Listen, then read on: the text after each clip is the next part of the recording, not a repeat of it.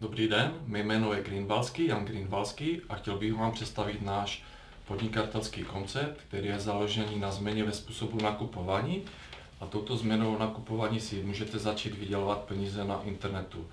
Pojďme se podívat, o co se konkrétně jedná.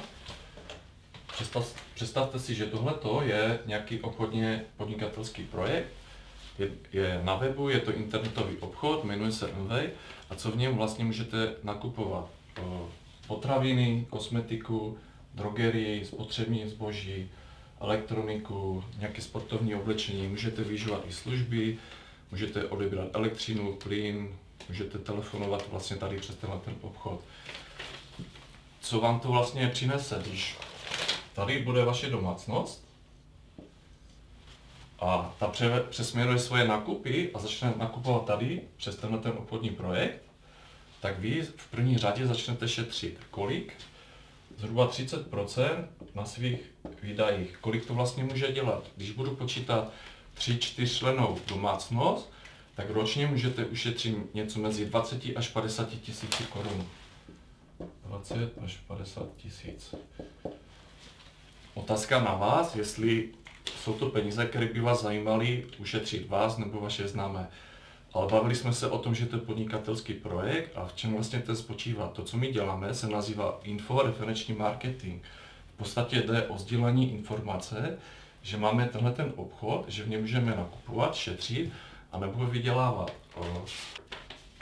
Pokud vám pomůžeme rozšířit tyto informace mezi vaše známé a vybudeme komunitu domácností, které začnou společně s vámi takhle nakupovat ve stejném obchodě,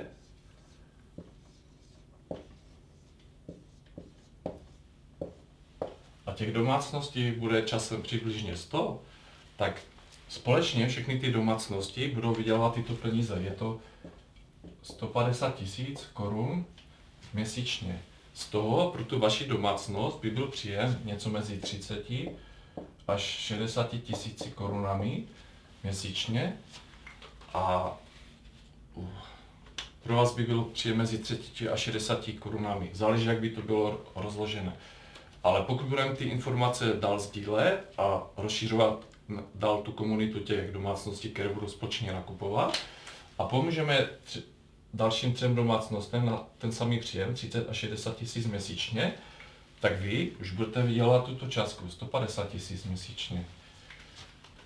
To je taková základní informace o našem projektu.